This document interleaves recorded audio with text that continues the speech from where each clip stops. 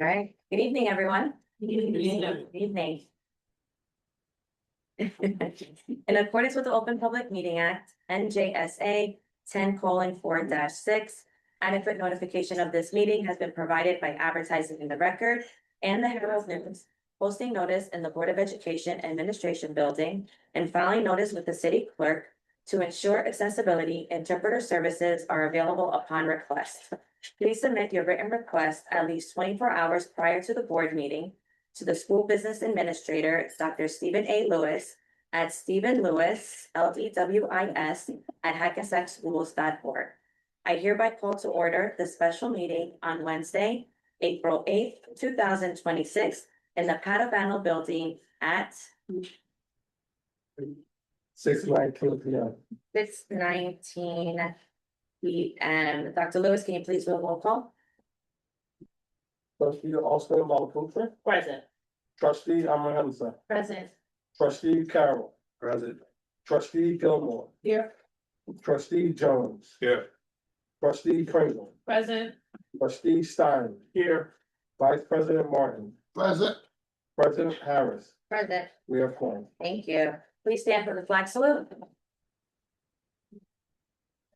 I pledge allegiance to the flag of the United States of America and to the republic for which it stands, one nation, under God, indivisible, with liberty and justice for all. Please be seated. Okay, so we are going to begin immediately with public comments. Public participation shall be governed by the following rules.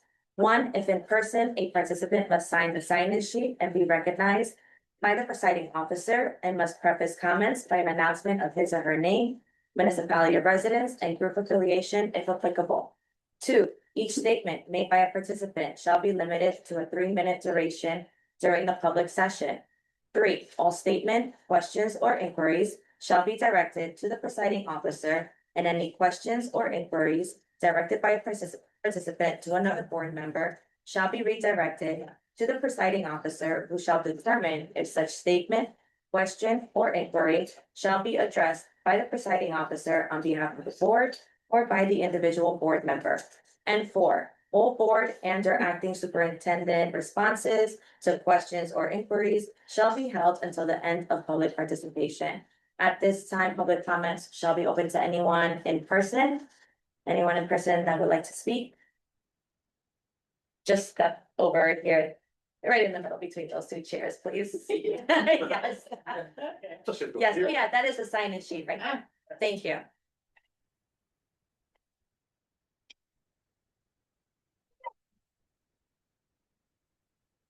Can I sit so that this is? Sure, yes. Hi, my name is Hallie Silverstone. We're at 234 Clinton Place in Hackensack. I have like a whole thing written up. And I'm not gonna read it because I think it comes across really angry and frustrated, and that is not my intention. And I have a feeling, because I know a lot of you and I've sat in this room with a lot of you before, I believe that we're all here for the same reasons. And that is for our kids and our families and our teachers and our schools. So being a part of the school community, I have a child who is in kindergarten at Fairmount currently, Fairmount. And I have another child who will be entering the school system in the fall in K-3s. I want to be really excited to be sending our kids here. And for the first time, I don't feel that way. I think a big reason is because as a parent, I don't feel like I know what's going on.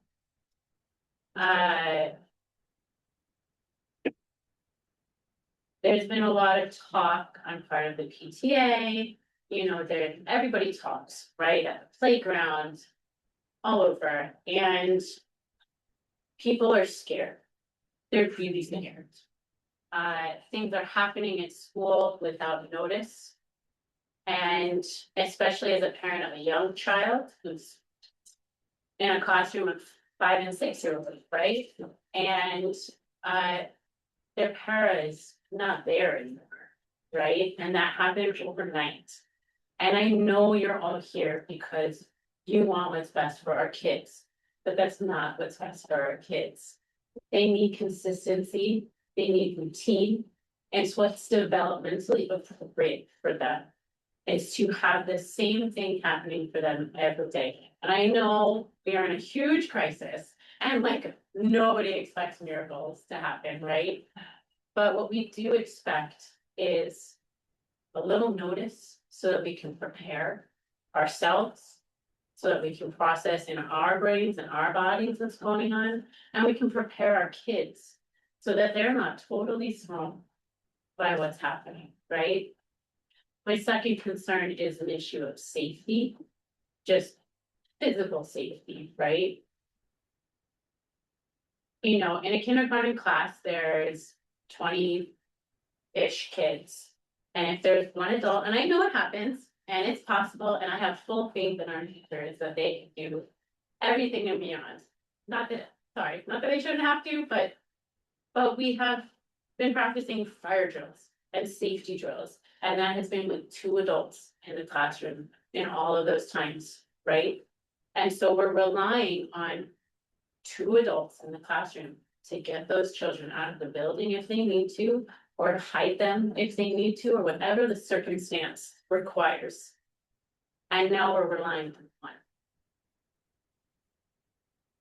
It scares me to think what could happen with that. So again, I believe in all of you. I believe in our school system. I believe in our kids and our staff.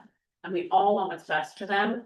And I'm begging you to please consider consistency, transparency. Very important, not just for kindergarten or babies, but across the board. Thank you. Anyone else in person that would like to speak?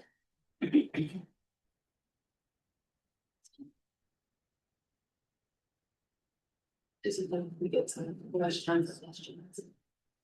I'm sorry, Will there be time for questions? Asking if she can ask questions, to ask questions. yeah, for sure, this is the time, yes. This is questions, concerns, comments. Yeah, I'm just curious. Name. Oh, I'm deposed, 319 Clinton Place, Hackensack. So, this is brand new to me. I just heard this evening and I'm in shock that the paras are leaving the kindergarten. And I just want to know what happened to, the designated money that came from the council. Was that not to tide us over till the next school year? I just don't understand what's going on. And I have to echo Holly's opinion about, you know, we need notice. So I'm kind of in shock, and I just heard this evening, so I'm wondering what's going on. I know I like Holly, I have total faith in you guys. You're my favorite people here.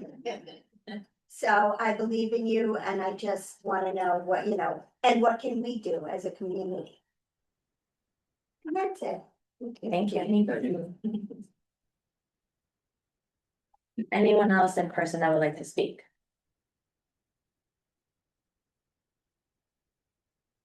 Okay, so that there are none, in person is closed, we're gonna move to online.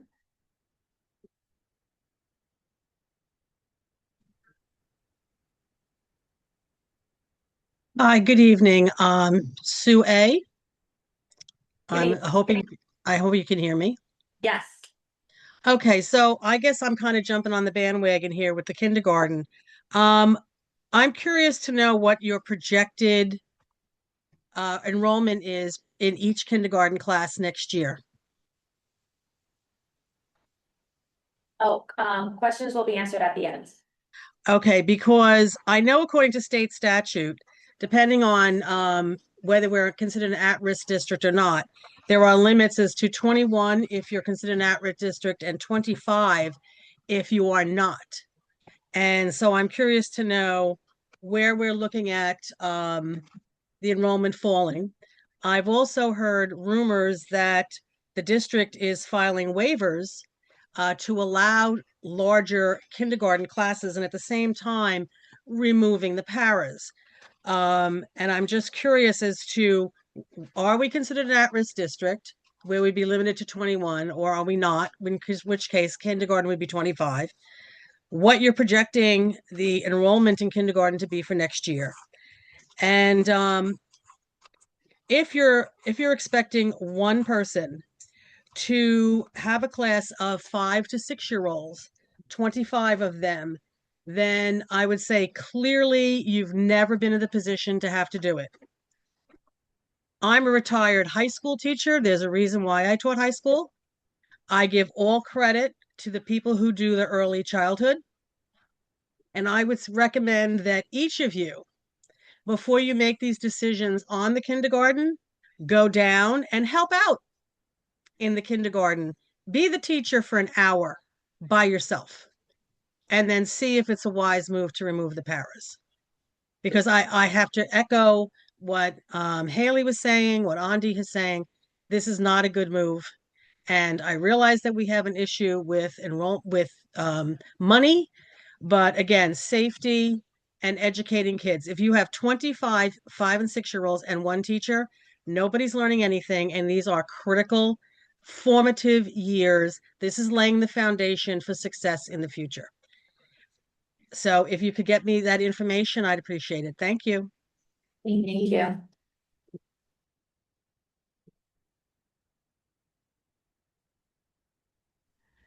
Can you hear me? Yes, good evening. Good evening. My name is Jessica Cruz, Nellie K. Parker, PTA president and parent of a pre-K 4 at Nellie K.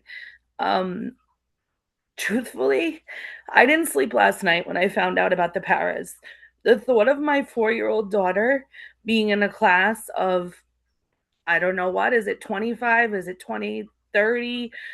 And not having any support for that teacher is devastating to me because I was already worried about my special needs son next year with everything that the district is going through, but I at least thought that, you know, my gen ed kid would be okay. And thinking of my little one being in a class with other students who have maybe never been in school before, and a lot of times in kindergarten, you also have students who may need to be classified, but we don't know it yet. And having one person there to attend to all of their needs, plus my little one, is scary to me. I'm worried for her for the first time, and I am Nellie K. Parker, Hackensack Public Schools, heart and soul. Will work till 5 a.m. if it means it's for the kids and for my family and for my community. But for the first time, if I'm gonna look at my little one being in a class of 30 with one teacher, I may have to start looking at other options. You know, my neighbor across the street has a kindergartner in the charter school. They have one teacher, 2 paras, 25 kids.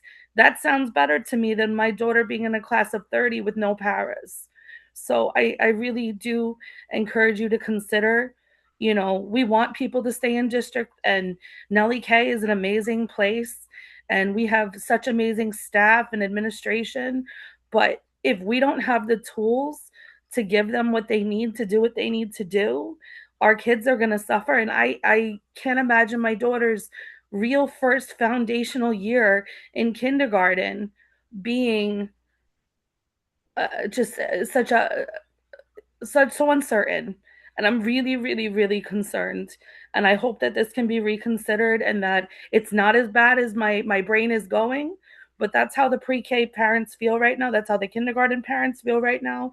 And, you know, I just hope that as you have in the past been very transparent, that you continue to be transparent and there's a way to continue to give our kids continuity. Thank you. Thank you.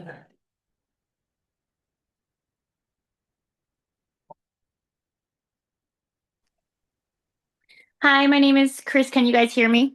Yes, good evening. Okay, hi. My name is Christine Katona. I have a kindergartner in Hillers, and I'm actually just appalled to hear from none of you guys, but from my 5-year-old son last night that his aide, Miss Margaret, who's wonderful, is no longer in his classroom. We had no notice from the principal, no notice from the board. To hear from my child that his teacher now has 20 plus kids alone is just completely appalling. That's no way to treat your staff. Number one, they work extremely hard. And now to have them completely alone with no help, I don't think any of you have been in a kindergarten class to see how unsafe that is, not only for the children's education, but for the safety. Today, I had to pick my son up early and no adult walked him to the door. You know who it was? Another student helper, another 5-year-old roaming the halls because now there's no teacher to help walk him to the door. It's also a safety issue. My son fell in the bathroom last week because of water, and nobody was there as it is. What if a kid is bleeding? What if a kid is injured? Who will help him? The teacher is trying to teach. This is not the age group that somebody should be stripped away from. And I just want to know why kindergarten? There are so many other positions if you need to make budget cuts that can be done. They are the most important people, the paraprofessionals to our schools, and you are not treating them as such. They are not disposable. So you please need to reconsider for our children and the teachers. Thank you.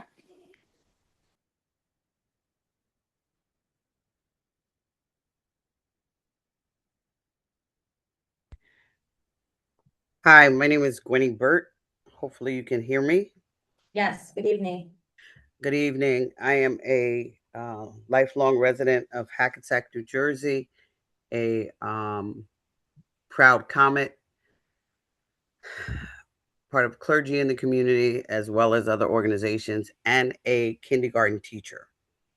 I have to say that it was very difficult to have to explain to my kindergarten class that one of our paras wouldn't be with us anymore, and to get them to understand that it wasn't a bad thing, which was difficult to say. I think my largest concern was the fact that parents were not informed. And to have parents hear it from their kids, I'm sure was overwhelming. So I guess I'm curious as to this point, how, if this is how we're handling moving people and the things that are coming up, what kind of communication is going to be made to parents as well as the community to inform them of what is happening, because it is overwhelming, very much so, to walk in and find out that 2 days later, you're not going to have part of the staff that you need to help keep your classroom going. I teach an inclusion class. That is a major, major, major change for the kids that are in my class. And it was just very disheartening for it to be done that way. I do understand that, or at least I believe, that it's not the principal's responsibility to inform parents. To me, it sounds more like it should come from someone else. And so I'm hoping that a light bulb has gone on, and we're going to look at how we're going to communicate this information, as difficult as it might be. The community and parents need to know what's going on. Thank you. Thank you.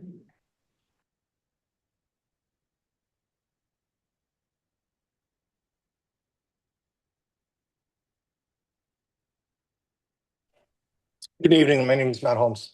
I'm discouraged. I've not had the most confidence-inspiring experience so far with the administration in this school district.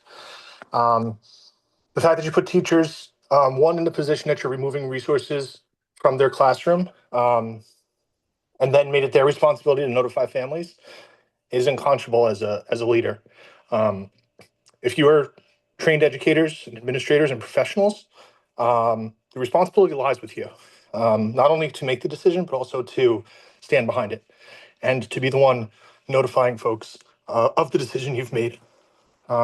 You've left notification to the classroom teacher after you're pulling resources away from them in a classroom that's been identified as needing this resource. So what's changed in that classroom where the once needed resource is no longer needed? You didn't put those paraprofessionals in the classroom because there was a surplus. You identified a need for them. And as far as I can see, as far as the academic needs of the students, there's been no change, but you're removing a resource. And I can't imagine that this decision was made this week or yesterday, but that's when we found out about it. So you need to do better. Thank you. Thank you. Okay. At this time, the public comment section is closed. I would definitely like to address some of the concerns that the public has mentioned. And I would definitely say if we could just start off with the para situation, so that we can address that. Thank you. So, Ms. Andrea Oswald-Schmidt. I'm not sure how much I can share because some of it is personnel, so I'm not sure how much I can share. But I do want to apologize because the last minute notice, if it was a 2-day notice, you're absolutely right. There should have been more time for transition. And in terms of the communications, it's difficult to share everything because some things I just cannot share. But you're absolutely right with the communications. Going forward, I listened to what you had to say about kindergarten. There have been practices where kindergarten parents have been in classrooms for years. There was a certain practice that was supposed to happen, that when you got to a certain number, that's when you would get a paraeducator. I was a principal at the time. And at a certain number, I was only allowed to have a para. So I just want to clarify that every kindergarten class does not receive a para. But I guess over the years, things don't get monitored. You know, we're fiscally, at least we thought, fiscally sound. And so it was a luxury. But it's no longer a luxury. And so that's what we have to look at. And as I listen to you and many of the parents on the call saying, well, kindergarten is the foundation. So we're willing to maybe sacrifice paras at the kindergarten level. And what I would say to you is, when we look at this for next year, if we're gonna add somewhere, we're gonna have to subtract something. And that's another thing that it didn't happen. And it's no one's blame because we all think that we were okay, but we're not okay. We take these things into consideration, but I have to be very, firm to say, if we add, something is getting subtracted, and whatever gets subtracted, either the teachers or the parents will be here for that. But I've heard you, and we will definitely take what you said into consideration. There's one more thing. There was a question about projected classroom size for kindergarten. Yes. So I believe that was Sue A. Yes. In terms of the projected enrollment. There's high poverty districts and there's a certain stature about the number of students. 25 is correct. For full transparency, class sizes will be larger. And the reason they will be larger is because we have a budget deficit. And if we continue the way we are with smaller class sizes, we cannot meet the budget deficit. And that's the reality. The class sizes are going to be larger in elementary school, and middle school, and in high school. So I want to be very transparent about that. The reason that you have not received information, aside from the kindergarten situation, that's should have received information, and I take full responsibility for that it happened quickly. The reason you're not receiving information about everything that's going to happen is because we don't want to send out a letter and parents swear premature about class size, about changes, because it's ongoing.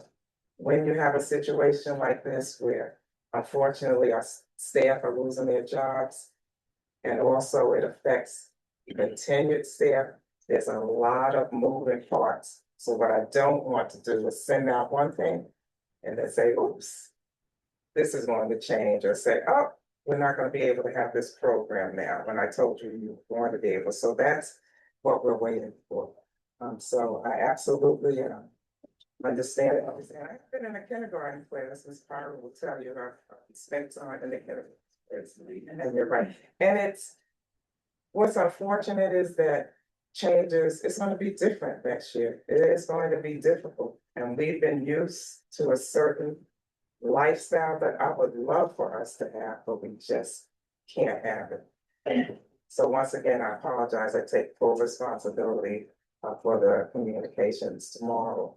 I will revisit this with my team, and that's what I can say. One of the other questions, the money that the council gave us, where did that go? If that went towards the paras, to save the paras, and what can we do as a community? So in that resolution, it said to not disrupt. So March 31st, we were going to lose a significant amount of staff. And that was going to require changes in class size, changes in teachers mid-year, different transfers, a lot. And that was the major disruption. But what I think now is, this is being interpreted as a disruption. Like, again, it's personnel reasons. It is a disruption. It's like, but it's a reassignment. So, and that's as much as I can tell you right now. I'm going to try to craft something for you that I can give you as much information as possible. So no one is losing their position this year. That it's in the HEA, what was promised. But, and I can't promise you that there won't be other reassignments. I really can't. You want me to be transparent, because we just can't. There's a part where we still have to be fiscally responsible, and it's like safety and not being able to have what we had, especially kindergarten. But at the same time, we are still in this budget season, and we still need to be fiscally responsible in this 25-26 school year. Because what I don't want to happen is, when we get audited this year, that they say we left in a deficit, because we're trying to do things to save money, but it's not on the backs of students. It's just, that's what we're trying to do. I hope that at least satisfied. So, right now. Thank you. I believe that was it with the questions. So one thing I do want to mention before we go into executive, so that board members are aware, and the public is aware as well. Normally we would just go right into executive to discuss personnel, but there are some things that we do have going on that can only be discussed in public. It can't be discussed in closed session. So one of the things that just recently happened is yesterday, right? I keep forgetting it. Yes, it was yesterday. Ms. Andrea Oaks Parchment did address the district staff at a staff meeting. It was done partially in person and partially live streamed. Thank you. And the other thing that we also want to discuss was that our budget was rejected by the county superintendent, and we'll be discussing that in public today. So I'm going to give it up to Ms. Andrea Parchment, if you could discuss first the staff meeting and what you discussed there, and then the budget. Thank you. Yeah, good one. I remember what I wanted to say about, and also any staff who are listening, especially our kindergarten teachers. If you were notified, please accept our apologies for the staff, my apology. So yesterday I met with the staff because I want to always be transparent, and what I said to them is that I do not want to send emails, especially at a time like this. I want to keep it as personal and not impersonal as possible. So I had to share with the staff the timeline and what is going to happen now. Because we do know at the end of the year, we will be losing many of all of our dedicated staff. So what I shared with them is what's going to happen beginning next week, so that there's no surprise. And I shared that, and this letter, I followed up with a written memo to all the staff today. That next Thursday, Friday, elected staff members will be notified by either their principal or their direct supervisor or the acting superintendent, depending on who this affects, regarding the reduction of their position for the 2026-2027 school year. Friday, all district staff, all of us will receive rights notices, because as I said to you, this is an ongoing situation and things could continue to change. Wednesday, April 22nd, the Board of Ed, it is anticipated that the Hackensack Board of Education will take action on the recommended reductions and renewals. And on Thursday, April 23rd, formal notice of the BOA action will be hand delivered to the affected staff by their principal. And why I spoke to them now, because who wants to receive, as sometimes it happens in other industries, a letter saying that you're not going to be working with us. That's not how we do this in Hackensack, and we're different community. And then May and June, as I said to you, it's because of the number of risks, reduction in force. There will be anticipated reassignments of staff. And that's going to happen as well. And that's going to be in May and June, and that will be communicated by the appropriate supervisor. And I guess I'll go right into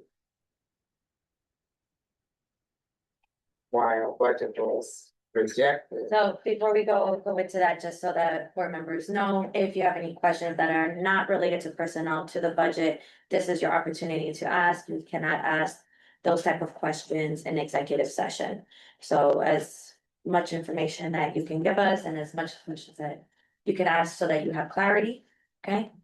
This is the time to ask. And then Thank you. finally, I mentioned to the staff that about the situation with our budget, and this may entail even more reductions based on what we received from the county superintendent. So this letter was addressed to me and to our business administrator, Dr. Lewis, from Patrick Fletcher, who is the executive superintendent of schools for Bergen County for the Department of Education, New Jersey Department of Education. Ms. Parchment and Dr. Lewis, this is a follow-up to our discussion. Please be aware that my office cannot approve your budget submission as is. And there were two reasons why. Number one, I don't know if you remember me presenting the corrective action plan. In that corrective action plan, in order to make up for the deficit, we had to come up with $9.1 million. We had to borrow from ourselves, but we now have to pay it back. There was a question about whether we had to pay back starting next year or the following year. But it was very clear, as we saw in the letter, it was this year. That payback was not included. It's $2 million. It's $1.8 million each year. Mrs. Clark, I'm sorry to interrupt. Do you have copies of that email by any chance? Yes, I had it for. Yes, can we have? Yes, copies, yes. please? Thank you. And also, the proposed budget does not contain significant reductions to adequately address the current deficit of 17 million. So we have 4 cuts.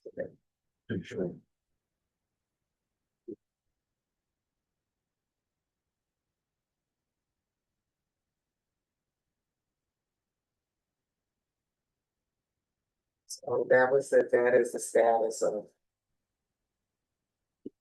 That's our budget update. I have a question. Did they not tell us that it had to be paid back this year? The reserves that we were taking out? Yes, they said, They did, yes. but we still factored it in. Like then prior to this, I'm saying, when we took the money, were we told that it had to be paid back this year? They didn't tell us it had to be paid back when we took the money, but it was in the letter. The letter that they sent to us. So initially, But there was, right, but there was a question that arose from, there was a question that arose that we didn't think that we had to pay it back this year. That it's not this year, but that's 26, 27. Just to follow up on that, so why was there no follow-up from the business office, in terms of, confirming whether or not that payment needed to be included in the 26-27 budget? We did, we followed the business office as well as our consultant. But followed up with who? Because then it was rejected, for not including them. We followed up with Patrick Fletcher. I think she's saying prior. Prior to So submitting the budget, We yeah, were told that yeah, the money had to be paid back this year and we didn't follow up. So right, why didn't we follow up? right, before submitting the budget, why wasn't that confirmed by the business office? Yes, you can. There was a technicality involved in that, borrowing the money from ourselves. How much was it used in this 25, 26 year? If it wasn't a substantial amount, it would automatically postpone the payment the following year. Someone in Trenton came out and said, no, that's not true, and that's when we got notified that we have to include it. And I had conversations, you, Madam President, and with the board attorney, that we should appeal that ruling. And we just needed some more facts, to document how much of that money was used. So, because I personally, I don't think we have to pay back the same year that you use the money. And they want us to pay back all the money. They took the total amount of 9 million to change. And they just divided it, saying that everybody, you gotta pay back everything each year. So it's up in the air. So we're gonna send it to the commissioner. And we'll let Pat Fletcher obviously know about it. So. But if they overrule us, yes, we still have to pay it back. So Tom, how is that? What's the timeline on something like that? Obviously, the budget needs to be submitted and approved, but it's kind of waiting for this, right? So what, is that something that they expedite because they know that? I hope so. I'm just trying to. But go down there, other people to handle everything else to see if we can get it there. I can't guarantee it, so. Right. But as it stands now, it's back in, it's in the budget. It's back, it's in the budget. So can there be a situation where we somehow make all these cuts and do all these things, taking into account that we have to pay back this $9.1 million, then it gets turned over and then we're going back again and changing the rips? Or is that something because it makes it so fluid, right? Like if it gets overturned, that changes everything, right? Well, it's in the budget now because it was sent back to us, so it's in the budget, the repayment is in the budget, Okay. but That's the 1.8. yes, it's in the budget and, we still, the full transparency, we still are looking to make up more. We have to. We have to, one way or another. Well, you will go into a deficit, and if you go into a deficit, you will get a school monitor. So, but we're working on it. This question, is that 9.2 million? So it's 5.4 million that we have to pay back because part of the reserves, we don't. So it's 5.4 divided by 3. Okay, so we're going 8. Okay, so on top of that, says here number 2, we also had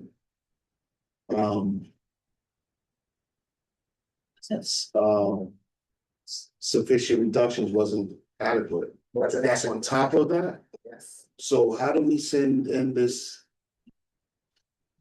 budget with the consultant with inadequate numbers?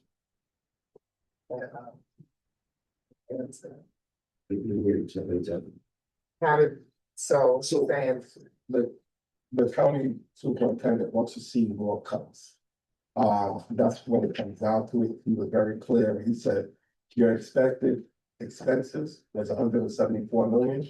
He wanted to see $24 million of cuts rather than what we did where the match on cuts and increase in revenue. He's concentrating on the expense side and said he wanted to see additional cuts. And that's why. And that's why he stated in the statement, because there was not sufficient reductions. Was there a question with the revenue that we put in the budget? Is that why there was concern about the cuts? Or was it, is the revenue cut and dry, we're definitely getting this money to balance out the cuts, or was that in question? the revenue, some of the revenue identified was not guaranteed revenue. So when you're building a budget, you look to see where incoming revenue is going to be.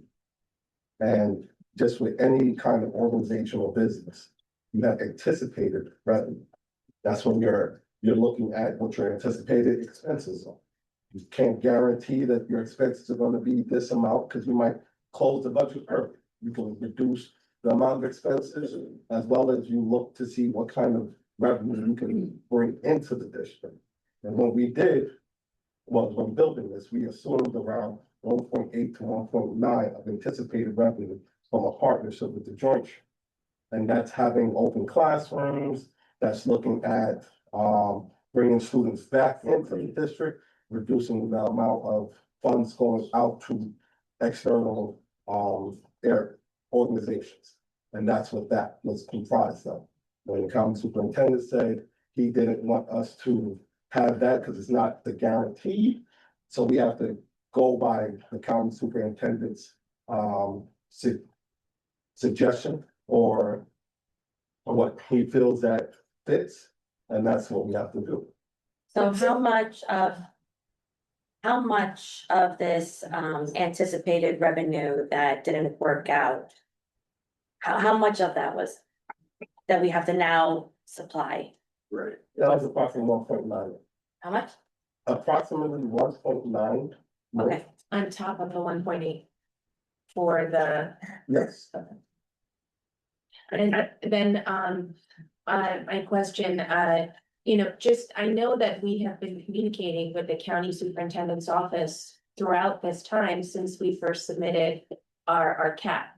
And just wondering why some of these issues were not addressed in those conversations before we actually submitted the formal preliminary budget, like, can we try to make up this deficit with a mix of revenue and expenses? That would have been a very simple response from him, where he would have said, I want to see that this is guaranteed revenue or, fixed expense cuts.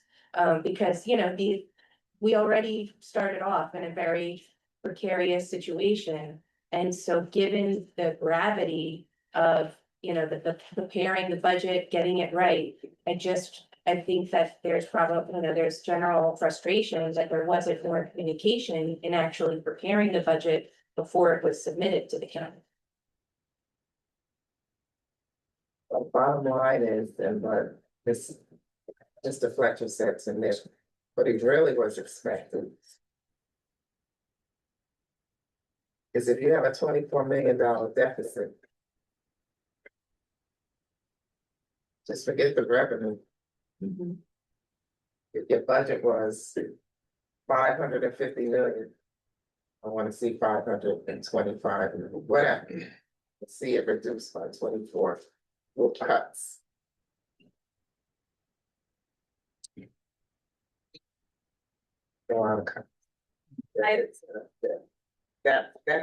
That's just the bottom line. So the revenue part, Dr. Lewis can speak to that.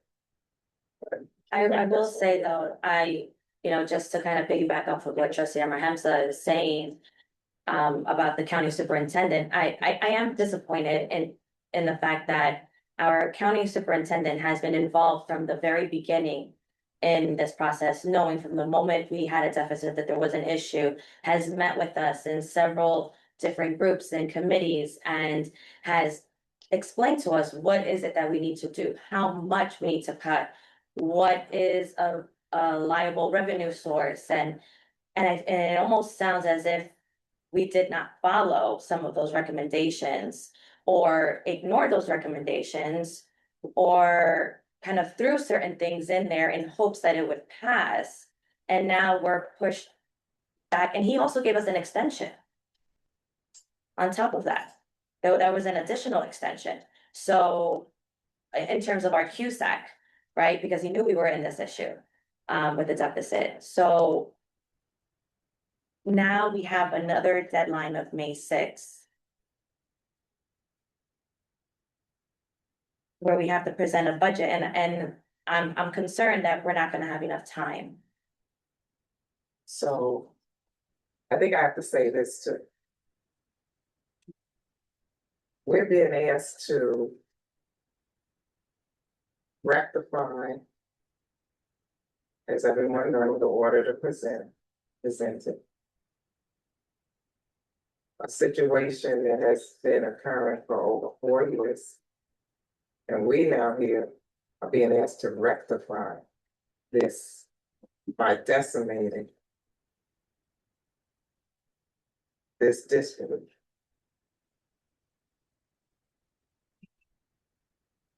There were also other options as we went along, but we know that there could have been options of asking the public more. I think we received what we did from the city council. But there were other options too, but as we went along, it was late. But we can't perform miracles. This is what we have. And this was since 2021. And now it comes to light, thank God, by our assistant business administrator. When I first took office, that we have this, and it grew from a small amount of $3 million to now what we have here. And we're doing what we can do. But this is what we were tasked with. And I accepted the position to be tasked with it. And I'm here to do it. But this is what it is. And there's still a lot of money. There's still a deficit now because of these reductions. And we're gonna have to discuss what we're gonna do next. So full transparency, I just needed to say that because this is not something that happened in 24-25, June 18th. Right. And this happened. And I think we all acknowledge, that there is no handbook for how you deal with a massive school deficit, especially a deficit that, as you said, has been building up for years due to, mismanagement fiscal mismanagement, poor leadership decisions from within the administration and from prior board leadership. I think everybody acknowledges that. I think there is a level of frustration because, for example, you mentioned, possibly, considering a public question. We were only presented with that option the day before a board meeting where we would have had to vote on something that we had no information on because the business office did not know what the deadlines were, that they were that week. So I want to make that very clear. That was not a decision that we automatically rolled out. We were left with no time. So that just needs to be clear in the public Yes, record. yes. Yeah. I'm sorry, I do want to be clear, that was not a business office situation. When we received the information from the county superintendent, we provided it to the board president that same day. So it was not that the business office did not hold anything from the board members or did not provide it when had it, did not know the information or the scheduling. That is not an accurate statement. So I just wanted to make folks that was. But there are people in the business office that have had experience with public questions, in the past. So everybody is aware that there are 4 deadlines throughout the year, within the state for public questions. So that, How did it sneak up? yeah, it I have a doesn't just. calendar at home that I got from accounting. It's Right, on the you calendar. get confirmation. So there's a definite level of frustration, and I think we just need to put that out there. And we also, acknowledging that this is such a complicated process, made sure that we got additional assistance, by obtaining a consultant to help throughout the budget process. And that's why we moved forward with that quickly before, aggressively, getting into the budget process. So there's a definite level of frustration, but at the same time acknowledging that this is not something that anyone knows how to do, to navigate. There was an article just yesterday in the Star Ledger citing 11 school districts, including Hackensack across the state that are navigating this same issue.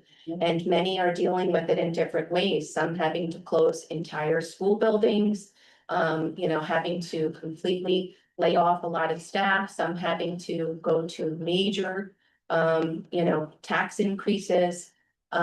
So, we recognize that there's no one way to deal with that. And even now, with the fact that we don't know what to do, I think at this point, I kind of know what to do, but you can't do it. Yeah. Because nobody would be here. I Right. mean, we would Right, be, you have to be responsible, yeah. what are we gonna do? Lay off or riff for another 150? You can't have classrooms, have seminars and auditoriums where 100 students in a high school are taking a math course with one teacher. This is the reality, and it's been done in other districts. Right. And so, yeah, it can be done. Another question. And I don't even know if that would be enough. Yeah. Just going back to the number 1 point in this letter. And I don't have the letter from February 27th in front of me. You were approved to borrow the 5 points. That's what the round up 5.5 million. The timeline of how we had to pay it back. I'm unclear. I knew we had to pay it back. But if we use enough of the 5.4 to shore up stuff from 25-26 school year, then the repayment would start at 26-27. But if we didn't use enough below a certain threshold, then the payback would start at 27-28. Is that what we're saying? Yeah, that's what, Okay. so we did. How we discussed, but then were we under that? I guess I'm trying to understand another 1.8 million on top of everything else we're dealing with. I voted on a preliminary budget, but I wasn't clear on this piece. Can you walk us through when we knew this was an issue? And was it before or after we voted on the preliminary budget? It was once we received the letter, it said 25, 26, 27 the first year, 27, 28, everybody got the letter. But in speaking to our consultant, I said, well, that has to go in the budget, we have to pay it back, and Mr. Egan said, I don't think you have to pay that back. Sure. So that's where we stand. How was that communicated to us, either as a finance committee or as a full board, before we voted on the preliminary budget?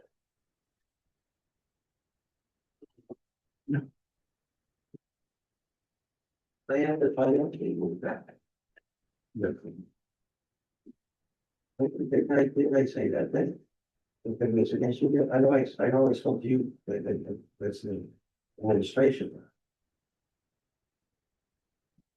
I can't say, yeah, it's in the finance committee.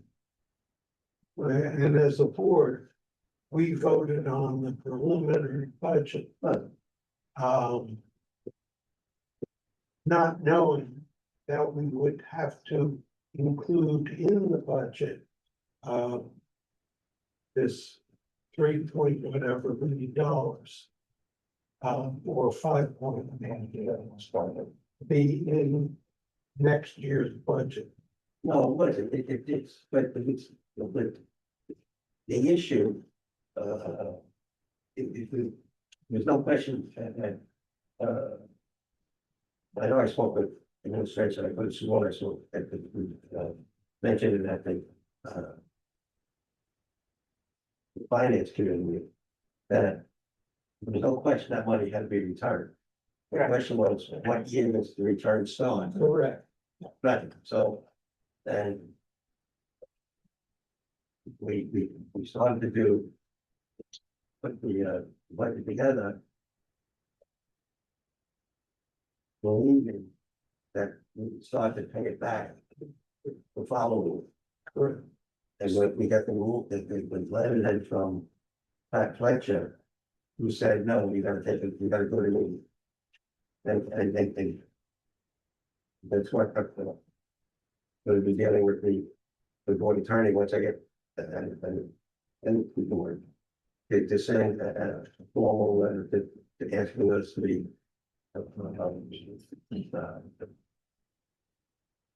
that would be required to pay back that next year following. But I don't know how it's going to work out. Right, so that's not a guaranteed option yet. Right, but fact that So do we have, I guess back to Mike's question before, are we waiting until we get approved, or do we? No, You gotta put it in the budget, because it's in the budget, because I have a letter from the superintendent, county superintendent saying. It's gotta be in the budget, or he's not going to approve But it. best case scenario, going back to Mike's question, I don't think it was answered before, like, Okay. if we find out that the state actually gives us that waiver and says you don't have to pay it back in this budget, what happens to that additional $1.8 million worth of non-renewals that we made? To what happens to those staff? So that doesn't impact, this 1 point it's not impacting any. Staff. All it's going to do is reduce the number of cuts that he's saying to us to make in addition. Okay. Absolutely no, it would absolutely have no impact, but here again, what we're gonna be doing is moving it to the next year, to 2007, 2008, yeah, we're just moving the debt forward. We don't wanna be in that situation, And that's what we're. Fine, because then we can determine where we're going as a financial district. But to say you're borrowing now to pay it back now, that's why that doesn't make sense any from a finance. and okay, it's gonna be it's gonna be the undercover government. And we'll be contact the commission. We'll see, but I also want to say that, and our attorney will tell us, this is statute, this is law, right? So if you change something like this, you're changing, and then it has an impact on everyone, so, because that's what's in the. So if they get a waiver, I don't know what. What happened? So, But in addition to this 1.8 billion, What I just, I'm sorry, what I'm struggling with is, as, and this is a lot for everybody. The decisions that we have to make, there's a weight, there's a burden, there's a weight to it. I wanna make sure that I'm making and voting on the least damaging, cause there's gonna be damage, the least damaging thing that we can do. If I'm understanding what we're saying, is that we now need to make 1.8 million more cuts, might be human cuts or programmatic cuts, or I don't know where it's coming from, than we thought when we voted on the building budget. Is that what we're saying? no, so. That's part of it. Okay. But it's in the budget now. So now that's in the budget. I understand that, but in terms of what we said yes to. We said yes to a less conservative figure. What we should have said was, we need to work with the more conservative figure. If we get it back, great, but if we don't. And now, if the flow of information and how we as board members know what we're doing is critical, because it's gonna be bad no matter which way you slice it. But how the bad goes down, if there's a spoonful of sugar with this medicine or not, those are the things I'm concerned about.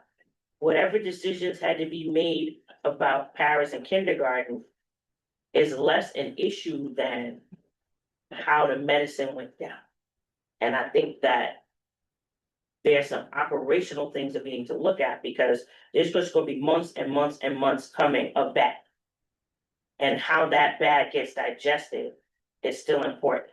And I'm concerned that from a full of information point of view, that if I don't know certain information, I can't ask certain questions. And if I can't ask questions, I can't be clear on what I'm voting on. And there's so much at stake. The weight of this is almost paralyzing. Not just for my own child, but all of the kids and the adults and everybody being affected by this. There's some things that we need to do better in order to make sure that we're making the best decisions or the least damaging decisions possible. So communication. so in terms of the budget at this point, how are we looking? How far are we? And do we expect to have the budget ready by April 22nd? Or do we need to look into having maybe a special meeting the week after? Here's my concern. We've already stated a timeline that means that people are gonna be informed about losing their job.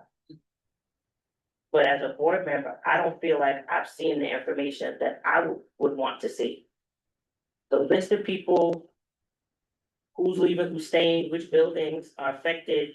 I'm not as interested in names, but are we clear on where are these, like, who's going where before we start? As a board member, I'm not clear that I'll know what that looks like before people get that news. And if the budget's not due till May 6th, these people have to find out next week. What numbers are we basing that on if it's not finalized? I'm concerned that we're making moves, but the data's still not.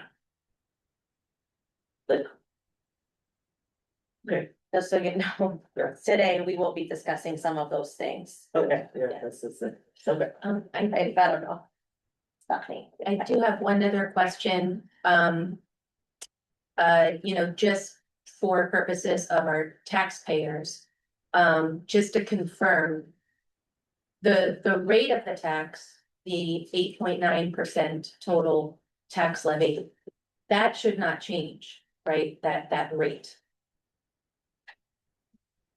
That's Because that's that's the maximum. So just to confirm to folks, that tax rate will not change. Because there are a lot of people, having just heard, from the city, that just want to have an understanding on what they have to plan for their bills. So just want to confirm that 8.9% is not going to increase, for folks, just so they. I think that's the highest. That's- All this stuff. That's the highest, so I just want the public to know that is the maximum we can do, and that will not change. And I want to be transparent again, and I have to. Based on the fact that we have to make additional cuts. And if it's not possible to make those cuts, because as you mentioned, it'd be devastating. We don't make those cuts, then we'll be looking at something different. And what the differences will be. You would have to discuss, because if they're still. Equal the poverty line. Yeah, and that the personnel matter, I believe we're gonna have to discuss in closed session, because I can't elaborate further, because it deals with personnel. I apologize, I'm not understanding this, can you explain to me, so our current deficit is 17 million, or I heard number 24 thrown around too, can you explain that to me? It's 24. It's 24, all right, so. When we were at 17 for this year, I remember that numbers were thrown around that the amount of cuts that would need to be made were so great that it would be difficult to run the district, right? So, and we talk about transparency a lot, but every single person that calls in, I mean, for the past months, it's communication, and people don't feel like they're being communicated with. And I'm not trying to say the sky is falling, but I think we need to talk about it, right? So if we were at 17 million and we couldn't, before the city gifted us that 6.5 million, which, I've heard people say, oh, well, it's just for this year. Yeah, it kept teachers in classrooms for kids, and that's continuity, and it's huge. Well, people don't overlook that, like what that gift did, that money. But if we couldn't find that number of people cut, or if it was too many people at 17 million and we're at 24, how is, I'm just saying, I'm not trying to say the sky's falling, but how are we, I'm looking at Montclair, I'm looking at the other places, schools are closing. And I'm not trying to panic people, but I think people wanna know, what are we looking at? Is this, or maybe even Tom, in your experience, is this something that you've seen that we can get through? Is this something, again, I'm gonna put that all in, I know it's a big question right now. I personally think that's the anxiety and concern that this can be solved, but it's gonna take some hard decisions. And I think we can go into a little bit more private, because there's a lot of Decisions we haven't discussed yet. A lot of moving the parts. Okay. So a lot of moving parts. I understand that. Right. That's what we're talking about. Right. Well, it's all good with me, so I just found out about the parrot thing. Okay, are there any other questions regarding the budget that we can discuss in public? Anything that's related to personnel with the budget will be discussed in executive. But are there any other questions, any concerns? Nothing? Okay. Right, so at this time, we are going to move into executive session. Be it resolved that the Hackensack Board of Education determines if necessary to meet an executive session on Wednesday, April 8th, 2026, to discuss legal, personnel, student-related matters, HIV reports, negotiations, and other confidential matters. And be it further resolved that these matters will be made public and the need for confidentiality no longer exists. Can I have a motion to go into executive, please? I'll make a motion. Okay, motion by Vice President Martin, second by Trustee Stein. All those in favor say aye. Aye. Anyone opposed? Any abstentions? Okay, thank you very much. So that the public is aware, we're going into executive. When we come out there, no action will be taken, so the video will be done. And there will be no board comments at the end as well. Okay, thank you all for joining us and have a good evening. Good night. Good night. Let's get a video of the executive session. Yeah.